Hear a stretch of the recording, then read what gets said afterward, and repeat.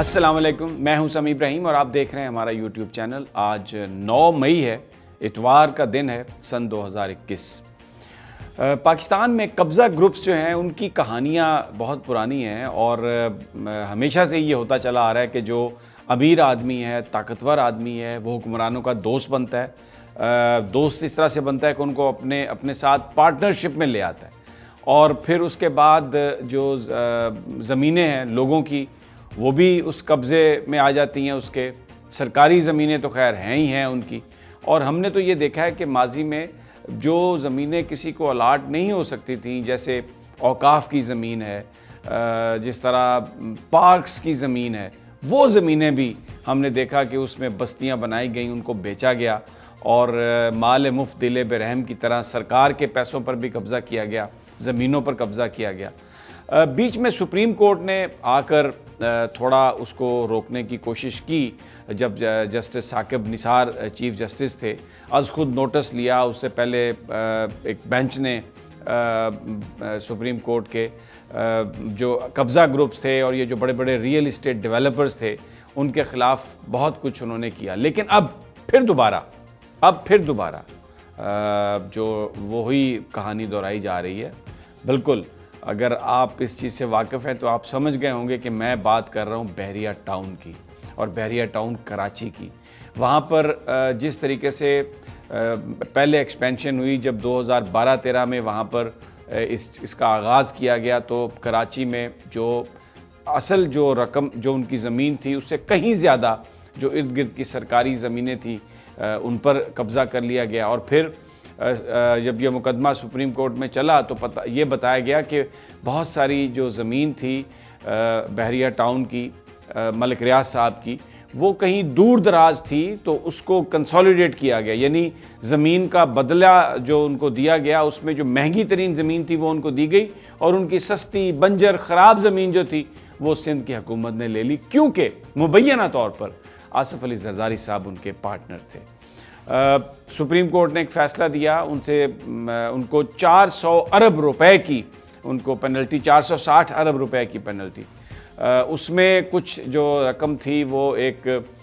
40 अरब के लगभग जो बरतानिया से वापस आई, हालांकि वो किसी और मद में थी, वो एक वैसे इलीगल मनी थी और उसको जाना चाहिए था सरकार पाकिस्तान के ख़जाने में। लेकिन जो उस वक्त डील बनाई गई जिसमें शहजाद अकबर साहब मेन इंस्ट्रूमेंट थे, उन्होंने इस तरह से बनाई कि वो जो सुप्रीम कोर्ट ने जो जुर्माना किया था मलिक रियाज साहब को, वो जो पैसे हैं उस जुर्माने की मद में वो चले गए और वो एक तरह से 40 अरब रुपया जो था उसका पाकिस्तान के ख़जाने को चूना लगाया गया था। अब जो कराची से खबरें आ रही हैं, जिसकी वजह से मैं ये वीलॉग आपके साथ कर रहा हूँ, फिर दोबारा वही कहानी वहाँ पर खेली जा रही है और जो बहरिया टाउन है उसने अपने रकबे को बढ़ा लिया है। बताया जा रहा है कि तकरीबन 45,000 एकड़ उनके पास हैं और वो मलीर, गुडाप, जामशोरो और खटोर तक वो बढ़ते जा रहे हैं। सुपर हाईवे पर इर्द गिर्द जो भी ज़मीनें हैं, वो सारी की सारी जो ज़मीनें हैं उस पर बहरिया टाउन कब्ज़ा करता जा रहा है। और जो सिंध की इंतज़ामिया है, जो वहाँ के जो मुंतखब नुमाइंदे हैं, वो सारे के सारे मलिक रियाज साहब को सपोर्ट कर रहे हैं, बहरिया टाउन को सपोर्ट कर रहे हैं और वहाँ से ज़बरदस्ती लोगों को ज़मीनों से उठाया जा रहा है। और ये वो लोग हैं जो वहाँ पर सदियों से मुकीम हैं, उनके आबाओ अजदाद वहाँ पर रहते रहे, उनके कब्रिस्तान हैं वहाँ पर। और तरीक़ा वारदात देखें, मुझे ये बताएं कि ये मुल्क हासिल किया गया था कि मुसलमान यहाँ पर अपने अकायद के मुताबिक इस बात से कतई नज़र कि कोई अमीर है, गरीब है, इज़्ज़त से अपनी ज़िंदगी गुजार सकेंगे। लेकिन अब जो जगह पसंद आ जाती है डेवलपर्स को, ये बड़े बड़े रियल इस्टेट के टाइकून्स को, जो ये कहते हैं कि हम जो ये बिलीव करते हैं कि पैसे से हर चीज़ ख़रीदी जा सकती है, क्योंकि हुक्मरानों को वो इसमें पार्टनर बना लेते हैं। और जो कराची और सिंध के जो बहरिया टाउन के प्रोजेक्ट हैं, उसमें मुबैना तौर पर जो आसिफ अली जरदारी साहब हैं, बताया जाता है कि वो या उनके बेनामीदार उसमें पार्टनर हैं। तो किया क्या जाता है कि सबसे पहले तो ये आप देखें कि जो देहाती इलाका है वहाँ पर ऑलरेडी कोई इंफ्रास्ट्रक्चर नहीं होता, पीने का पानी नहीं होता, सीवरेज सिस्टम नहीं होता, बिजली का भी कोई ऐसा अच्छा निज़ाम नहीं होता। लेकिन ये क्या करते हैं कि वहाँ पर जाके सबसे पहले ये जो सारा निज़ाम है, छोटा मोटा जो है, ये जो सिविक निज़ाम है, इसको बर्बाद करते हैं। बिजली बंद कर देते हैं, पानी वहाँ पर बंद कर देते हैं, और जो सीवरेज का सिस्टम जो नहीं होता, ना होने के बराबर है, उसको भी ये ख़राब कर देते हैं, ताकि लोग वहाँ से मजबूर होकर उठ जाएं, सस्ते दामों इनको वो ज़मीन दे दें, और अगर ज़मीन सस्ते दामों नहीं दें तो फिर ये ताकत से लेते हैं, जो कि अभी हो रहा है वहाँ पर। कराची में पिछले 4-5 दिनों से वहाँ पर फायरिंग की, बहरिया के गार्ड्स ने, पुलिस उनके साथ थी, और वहाँ पर लोगों को ज़ख्मी किया, फिर उन ज़ख्मियों को उठा के भी ले गए। नेशनल मीडिया खामोश है, नेशनल मीडिया पे कोई बात नहीं आएगी, इसलिए कि बहरिया टाउन के बड़े बड़े इश्तिहार चलते हैं, मुंह बंद कर दिया जाता है, और किसी में कोई हिम्मत नहीं कि वो उनको को ललकार सके। तो अच्छा, जब माजी में ये हुआ तो उस वक्त आसिफ अली जरदारी साहब ने एक ड्रामा किया और कहा कि बुलाएं तमाम, वो फैज़ कबूल थे और दूसरे लोग जो डिस्ट्रिक्ट काउंसिल कराची के भी सलमान साहब थे, बुलाएं उनको, तमाम MPs और MNs को। और उनसे जब बुला के पूछा तो उन्होंने वो बात कही जो जरदारी साहब चाहते थे। उन्होंने कहा जी हमें तो कोई इतराज़ नहीं है, बहरिया टाउन बिल्कुल आए। और फिर सुप्रीम कोर्ट में, जो मैंने आपको पहले बताया, फिर वो फैज़ कबूल वहाँ पर गए और बहुत ज़्यादा उन्होंने मुकदमा लड़ा, और उस पर फिर सुप्रीम कोर्ट का ये फ़ैसला है। लेकिन अब वहाँ पर यही किया जा रहा है, दोबारा कब्ज़ा किया जा रहा है उस इलाके पे, लोगों को बेदखल किया जा रहा है, और वहाँ पर फायरिंग की गई, लोगों को ज़ख्मी किया गया, फिर उन्हीं को उठा के ले गए। और जो MNAs MPs हैं वहाँ पे मुबैना तौर पर वो ब्रोकर बने हुए हैं, वो खुद जो है ना सस्ते दामों ज़मीनें वो दिलवाना चाहते हैं, क्योंकि मलिक रियाज साहब को, बहरिया टाउन को, क्योंकि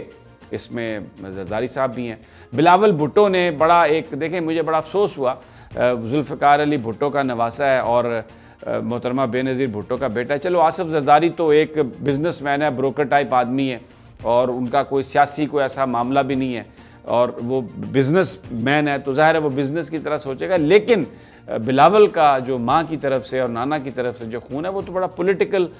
था, और गरीबों के लिए ही वो खून बहा। लेकिन उन्होंने कहा कि जी बिल्कुल मैं यहाँ पर किसी को ज़्यादती नहीं होने दूँगा, और कहा कि जनाब जाएं वहाँ पर, मुझे बताया जाए सब कुछ कि ये क्या हो रहा है। और एक अश्क शोई के लिए एक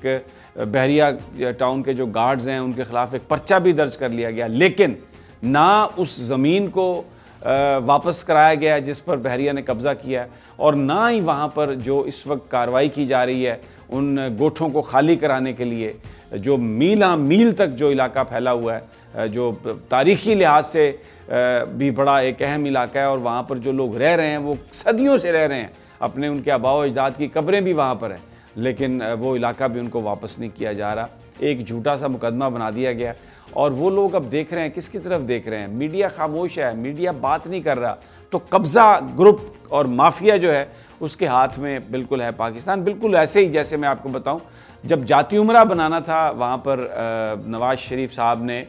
और उनके वालिद मियाँ शरीफ साहब भी उस वक्त हयात थे, तो वहाँ पर भी यही काम किया गया था। वहाँ पर जो रायविंड का थाना है वहाँ पर लोगों को बुलाया जाता था, उनको मारा पीटा जाता था, और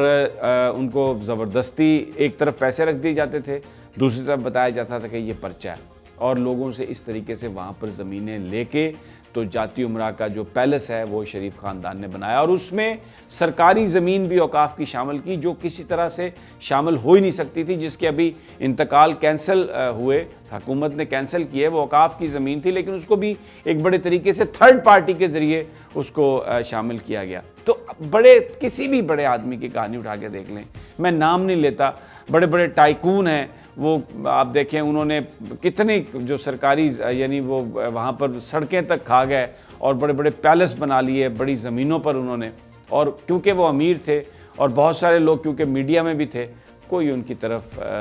नहीं देख पाता। ये सारे जो लोग हैं, जो टाइकून हैं, इवन मीडिया के लोग भी हैं, इनके रियल इस्टेट के प्रोजेक्ट्स हैं जिसमें ये सरकार की ज़मीनें शामिल करते हैं, शामिलात शामिल करते हैं, जो पार्क्स हैं उनकी ज़मीनें शामिल करते हैं, फिर सरकारी मशीनरी को इस्तेमाल करके जो गरीब लोग हैं उनको ज़बरदस्ती वहाँ से उठाते हैं, और ये पाकिस्तान एक इनकी जागीर बना हुआ है, और किसी की इज़्ज़त महफूज नहीं है, किसी की गरीब आदमी की ज़मीन महफूज नहीं है। अगर इनको कोई ज़मीन पसंद आ जाए जहाँ पर इन्होंने डेवलपमेंट करनी है, जिसको ये डेवलपमेंट कहते हैं, बस्तियाँ बनानी है, बेचना है, ज़्यादा मुनाफा कमाना है, ये बिल्कुल वो सब काम करते हैं। और कराची में ये हो रहा है। मुझे नहीं पता अब उनका क्या होगा, लेकिन इस वक्त वहाँ पर एक जुल्म हो रहा है और अदालतें खामोश हैं। कोई सुप्रीम कोर्ट अब नोटिस नहीं ले रहा, कोई किसी तरह कोई हुकूमत उनकी मदद करने के लिए तैयार नहीं है, क्योंकि सिंध की हुकूमत जो जरदारी साहब हैं वो तो पार्टनर हैं उसमें, बहरिया में। लाहौर में जो घर है जरदारी हाउस है वो बहरिया टाउन में मलिक रियाज साहब ने बना के दिया है। मलिक रियाज साहब ज़ाहिर है ये बस्तियाँ बनाई हैं उन्होंने, वो एक अच्छे डेवलपर हैं, लेकिन किसी की जगह पर ज़बरदस्ती कब्ज़ा करना ये गलत है। जो गलत है वो गलत है। और बहरहाल मैं इजाज़त दीजिए मुझे, मैं ये बात आपके गोश गुजार करना चाहता था। अगली वीडियो तक इजाज़त दीजिए, इंशाल्लाह फिर जल्द मुलाकात होगी। अल्लाह ने के